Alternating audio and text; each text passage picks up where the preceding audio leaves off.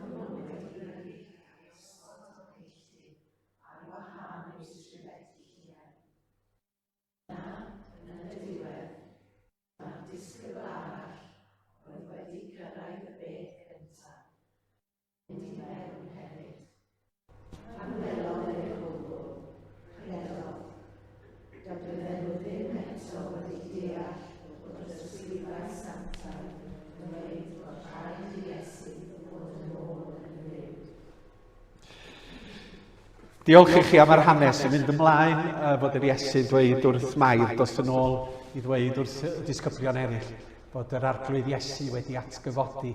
A trwy'r canrifoedd, da ni wedi bod yn tystio i hyn. Ac hyn i ni gymuno, dwi eisiau sôn chydig bach am yr atgyfodiad mwyn i ni gnoi cil drosto fo. Da ni'n dathlu atgyfodiad Iesu, a da ni'n ymuno efo Cristnogion ar hyd a lled y byd o bob traddodiad sydd yn dathlu bod Iesu wedi marw ar y groes dydd Gwener y Groglith ac ar y Sul wedi dod yn ôl yn fyw ar ôl marw. Yn yr Efengyla, be da ni'n gael ydy adroddiad ffeithiol hanesyddol o'r hyn oedd wedi digwydd y mywyd yr arglwydd Iesu Grist. Yn aml iawn, mae o'n foel iawn ac yn syml iawn. Does na ddim addurno efo geiriau crand yn digwydd yn yr hanes yn yr Efengyla. A mae rhaid yn pwysleisio i bod nhw'n adrodd digwyddiadau hanesyddol ffeithiol. Nid ffrwyth dychymyg ydi o. Nid bod pobl wedi eistedd lawr a dweud, dwi'n mynd i sgwennu stori am rywun da, a dyma dwi'n meddwl fysa'n stori dda i mi sgwennu. Nid chwedl ydy hanes yr arglwydd Iesu Grist. Ond mae wedi cael ei sgwennu lawr oherwydd fod llygad dystion wedi gweld pethau'n digwydd, ac oherwydd fod rhai llygad dystion wedi deud wrth yr awduron, dyma ddigwyddodd pan oeddan ni hefo yr arglwydd Iesu Grist. Ac felly, da ni'n cymryd yr Efengyla fel dogfennau hanesyddol o'r hyn oedd wedi digwydd, ac nid fel chwedla. A mae'r dystiolaeth o hyn yn gryf yn ôl y testyn sydd yn cael ei ysgrifennu, ac arddull y ffordd mae pobl yn ysgrifennu y straeon. Mae o'n gryf hefyd o ran tystiolaeth hanesyddol ynglyn â'r arglwydd Iesu, ac hefyd mwy a mwy o dystiolaeth archeolegol sydd yn cael ei ddarganfod yn Galilea ac yn Jerusalem. Mae yna rei trio tanseilio hyn trwy'r adeg, trio difrio Cristnogaeth, gan ddweud, o chwedla di rein, fel chwedla Esop, chi'n gwybod am chwedla Esop, neu chwedla diwiau Rhufeinig a Groegiau. Mae yna hanesion am y diwiau ganddyn nhw. Neu yn ddiweddar, maen nhw wedi bod yn sôn am y misras chwedlau Asia ynglyn â diwiau ac yn y blaen. A fod yna debygrwydd rhwng hanes yr Iesu a rhai o'r chwedlau hynny. Ond maen nhw'n gwneud y gosodiadau yn aml ffwrdd â hi. O ia, chwedla dyn nhw. Dyn nhw'n gwneud ymchwil, dyn nhw'n studio, dyn nhw'n edrych drwy lyfrau sydd yn esbonio pam bod ni'n credu fod y Beibl a'r Efengyla yn hanesyddol. A maen nhw'n dweud, o, dyna fo, dyna dwi'n ddallt ynglyn â'r Beibl, ac felly dyna dio, rhyw chwedla mae pobl wedi ei ddychmygu. Ond mae'r dystiolaeth academaidd a dystiolaeth y Beibl i'r gwrthwyneb. A mae'n drawiadol, os newch chi edrych, faint o bobl sydd wedi mynd ati sgwennu llyfrau i danseilio a gwrthbrofi Cristnogaeth. Ond wrth wneud hynny, maen nhw wedi dod i argyhoeddiad bod nhw yn wir. Mae yna nifer o enghreifftiau o hynny. Mi oedd yna E. Gilbert West, be ysgrifennodd o lyfr o'r enw Observations on the History and Evidences of the Resurrection of Jesus Christ. A bwriad y llyfr ar y dechrau oedd gwrthod atgyfodiad Iesu. A dyma fo'n mynd ati fel ysgolhaig i edrych ar y dystiolaeth. Ac wrth iddo fo baratoi, dyma fo'n dod i gredu bod yr atgyfodiad yn ddigwyddiad gwir a hanesyddol. Googlwch yr enw Lee Strobel. Mi oedd o'n byw yn y ganrif yma, yn yr 20 mlynedd dwytha, a mi oedd hi wraig o wedi dod yn Gristion, a mi oedd hyn yn mynd dan i groen o'n ofnadwy. Doedd o'n licio bod hi wraig o yn credu, a mi oedd o'n gweithio fel newyddiadurwr ac journalist ysgrifennwr. A dyma fo'n mynd ati iawn, dwi'n mynd i danseilio'r hen Cristnogaeth yma. A dyma fo'n dechrau sgwennu llyfrau ac erthygla, ac edrych ar yr atgyfodiad. Ac fe ddigwyddodd yr un peth iddo fo. Dyma fo'n dod i ffydd bod yr atgyfodiad a'r hanes am Iesu Grist yn wir. Ond yr un enwocaf, mae'n siŵr, da chi wedi clywed am hwn, ydy'r llyfr Who Moved the Stone?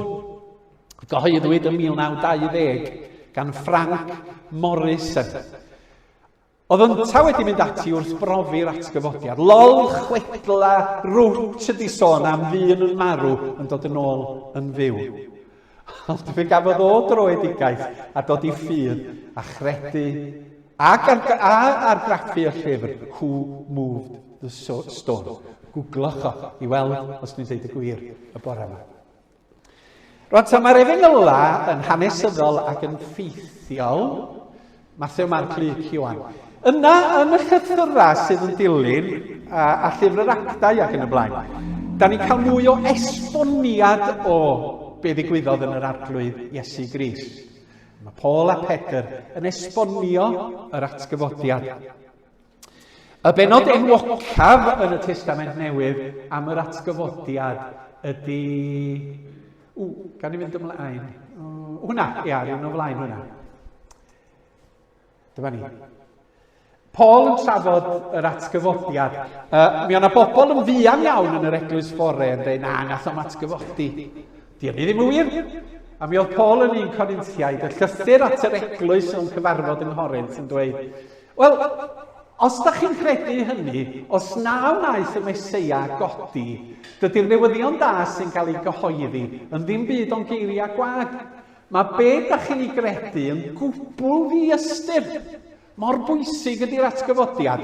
Os da ni'n tynnu yr atgyfodiad o'r equation, yr hyfaliad Cristnogol, mae'n ddomino ar y ffydd Gristnogol wedyn.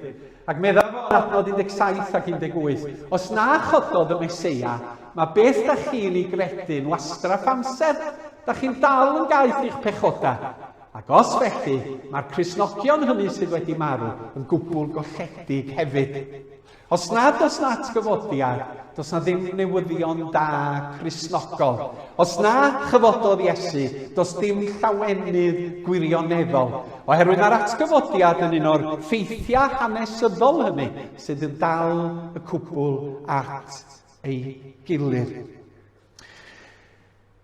Mae Pedr hefyd yn sôn am yr atgyfodiad yn ei lythyr cyntaf yma, cyntaf Pedr, y benod gyntaf. Pedr yn sgwennu at Gristnogion yn gyffredinol. A dwi wedi cynnwys cyfieithiad Beibl.net a Beibl Cymraeg Newydd Diwygiedig. Ac yn y benod gyntaf mae Pedr yn dweud, clod i Dduw a thad i'n harglwydd Iesu Grist. Mae wedi bod mor drigarog ata ni, mae'n ddechrau cwbl newydd. Dyn ni wedi cael ein geni unwaith eto, ac am ei fod wedi codi Iesu Grist yn ôl yn fyw, da ni'n edrych ymlaen yn hyderus i'r dyfodol.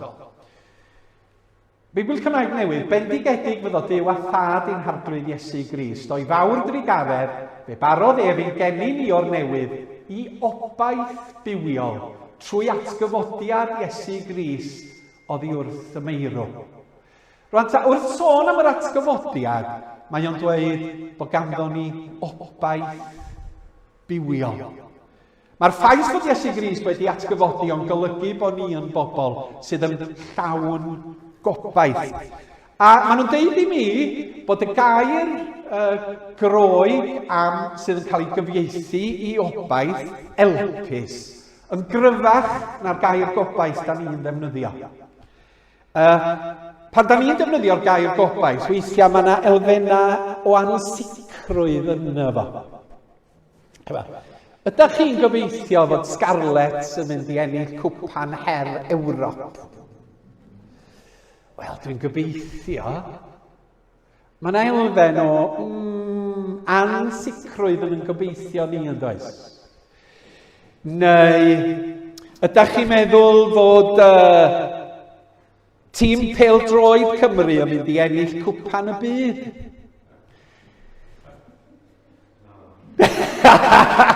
Dawen. Gobeithio. Ydy Caerdydd yn mynd i godi frig yr lig? Gobeithio. Ia, mae gennym ni Jack. Ydy Abertawe yn mynd i gyrraedd i frig yr lig? Cwestiwn i Malcolm. Pan da ni'n deud gobeithio, mae'n ansicrwydd yn dod. Wel, sa'n ni'n licio yn ddigwydd, ond da ni ddim yn sicr. Ond yn y groeg, mae o'n gryfach. A pan maen nhw'n dweud gobaith bywiol yn cyntaf Pedr, wrach dylai fod cael ei gyfieithu yn gobaith sicr. Mae'n golygu bod chi'n sicr fod hynny'n mynd i ddigwydd. Nid gobeithio ag amau, ond gobeithio mae o'n mynd i ddigwydd. Ac felly, drwy atgyfodiad yr arglwydd Iesu, da ni yn cael gobaith sicr bod Duw yn caru ni, sicr yn bod ni'n gadwedig, sicr bod ganddo ni fywyd newydd, sicr bod ganddo ni fywyd tragwyddol, gobaith bywiol. Ond pan da ni sôn am gobaith y Cristion drwy atgyfodiad Iesu, am beth da ni'n sôn mewn gwirionedd? A mae yna gymaint o bethau, dyma'n fras ac yn sydyn. Wrth gwrs, mae'n golygu fod Iesu Grist yn fyw heddiw yma. Dio ddim wedi darfod, dio ddim wedi peidio bod. Mae o'n fyw ac yn teyrnasu ac yn rymus heddiw yma.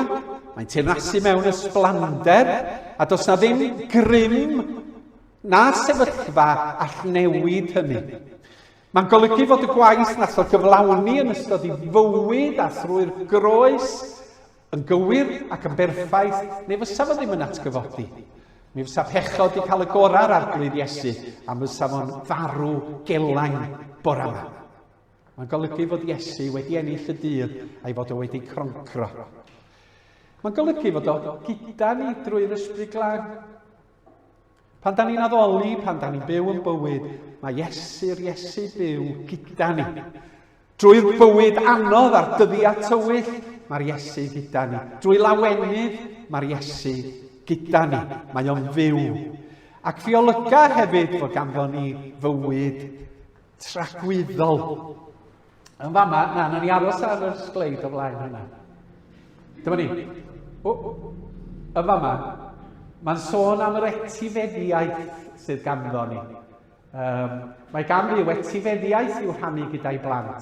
Un fydd byth yn darfod nac yn difetha nac yn diflannu. Mae'n chadw ar eich cyfer chi yn y nefoedd. Bydd y Duw nersol yn eich amddiffyn chi nes byddwch chi'n cael eich achub yn derfynol am eich bod chi'n credu ynddo. Bydd pawb yn gweld hynny yn digwydd pan bydd y foment olaf yn cyrraedd. Felly gallwch fod yn llawen, bod pethau'n anodd ar hyn o bryd, ach bod chi'n gorfod dioddef pob math o dreialon.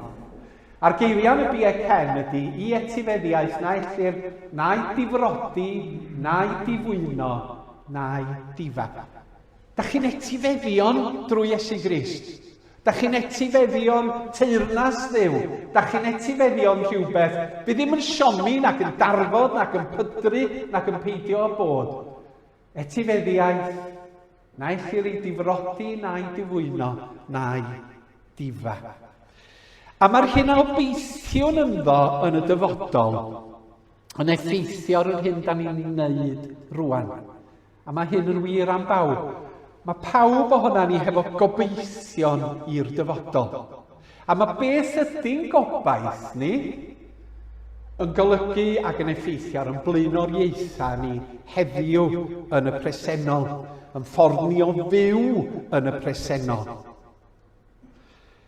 Da chi bo, mae gwleidyddion yn gweithio hefo'r syniad o obaith trwy'r adag. Manifesto ydy gobaith y blaid wleidyddol honno ynde, yn y dyfodol. Os newch chi bleidleisio dros da ni, dyma'n gobaith ni. Dyma sut bydd pethau'n well, dyma sut y byddwn ni yn newid pethau. Felly'n sail I wleidyddiaeth, mae'r syniad o obaith i'r dyfodol. Yn y 70au, ewch chi mewn I Ewrop, bydd pethau'n well, bydd bywyd yn brafiach yn y 70au. Os ewch chi Ewrop, 2010, awn ni allan o Ewrop. Be di'r gobaith? O fydd yn well, byddan nhw'n rhagorach, fydd y borfa'n fwy bras. Ac felly mae gwleidyddion yn gweithio ar y bobl trwy roi gobaith ynddyn nhw, os ydy hwnna'n obaith gwir neu yn obaith ffug. A mae pobl yn addasu bywyd yn ôl y gobaith sydd ganddyn nhw yn y dyfodol. Mae gwleidyddiaeth, mae elusennau, mae ymgyrchwyr y hawliau dynol yn gweithio gyda'r syniad o obaith. A fod hwn, yr syniad o obaith yn newid yn blaenoriaethau nawr. Yn un o'i bregethau mae'r enwog Tim Keller yn esbonio'r peth fel hyn.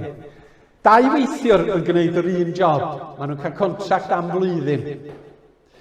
Mae o'n waith corfforol, mae o'n waith caled, mae o'n waith brwnt, mae o'n waith anodd. Da chi'n gorfod codi'n fuan I fynd i'r gwaith, I wneud y gwaith. A mae'r oriau'n hir drwy'r wythnos. Does na ddim gwyliau fawr ddim i'w gael. Mae un weithiwr yn mynd I gael 15,000 o bunna am wneud y flwyddyn o waith. Mae'r ail weithiwr yn mynd I gael 15 miliwn o bunnoedd am gyflawni'r flwyddyn o waith. Pa un da chi'n feddwl sydd yn gwneud I waith ora? Yr un sydd yn cael 15,000 ar ddiwedd y flwyddyn, ta'r un sydd yn cael 15 miliwn. Hynny yw, mae eich gobaith chi i'r dyfodol yn effeithio ar eich emosiwn, a'ch blaenoriaethau, a'ch agwedd tuag at fywyd, nawr yn y presennol. Ac yn yr Iesu, mae ganddo ni obaith sicr. A dyma broblem, a dwi'n tynnu at y diwedd, yn yn oes seciwlar ni, sef fod pobl yn byw heb obaith parhaol. Yn yr cyfnod seciwlar yma, mae pobl yn cael ei dysgu nad oes Duw, nad oes enaid, nad oes bywyd ar ôl marwolaeth, ac felly dydy'r gobaith tragwyddol sydd ganddo ni ddim yn bodoli yn y gymdeithas yn gyffredinol. Does dim byd ond bedd a marwolaeth a tywyllwch yn y pen draw. A mae hyn yn effeithio ar be di gwerth bywyd, be di ystyr bywyd, be di yn blaenoriaetha ni o fewn i fywyd. Does am Duw, da ni'n atebol i Dduw o gwbl. Ac felly mae'r dyfodol a'n dealltwriaeth yn effeithio ar yn presennol. Nes i godi dyfyniad, mae braidd yn hir na i neidio trwyddo fo. Richard Dawkins is the high priest of popular science, the main tenets of this worldview, a dyma sydd yn cael ei ddysgu gan amla, gan y cyfryngau, gan gyfryngau torfol, gan bob math o bethau, y syniadaeth yma erbyn hyn. Mae'n cael ei fwydo i bobl yn gyffredinol. Life came into being by accident, through the interaction of certain chemicals. Once it had come into existence, it evolved from simple to more complex forms through randomly occurring genetic mutations acted on by natural selection. A wedyn mae gynno fo lyfr enwog oes, The Selfish Gene, Dawkins. Living beings consist of selfish genes. Nid lifaid i'r rhain gyda llaw. Whose mission is to replicate themselves. Human beings are merely vehicles for the propagation of our genetic material. The desire for genetic replication is the main motivation of everything we do. Ac mae'n mynd yn ei flaen, a na i fynd neidio paragraff hir. Since living beings are nothing more than their physical or chemical components, there can be no such thing as a soul or life force. What we experience as consciousness is produced by the working together of the billions of neurons in our brains. As a result, there can't be any life after death. Our consciousness dies with our brains, and nothing survives our bodies. A dyna yr efengil seciwlar, atheistaidd. Does na ddim ystyr i chi a fi.